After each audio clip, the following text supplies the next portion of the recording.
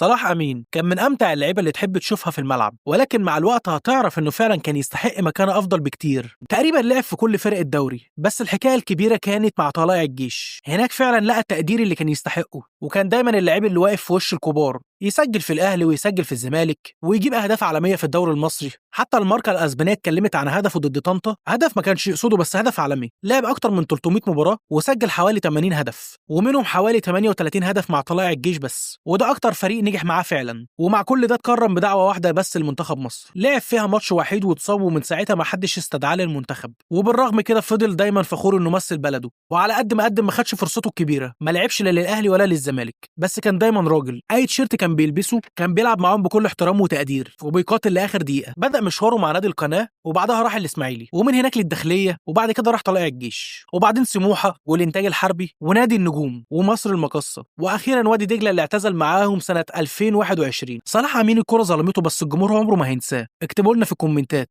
ايه أكتر هدف فاكرينه لصلاح أمين، وما تنساش اللايك والشير والسبسكرايب.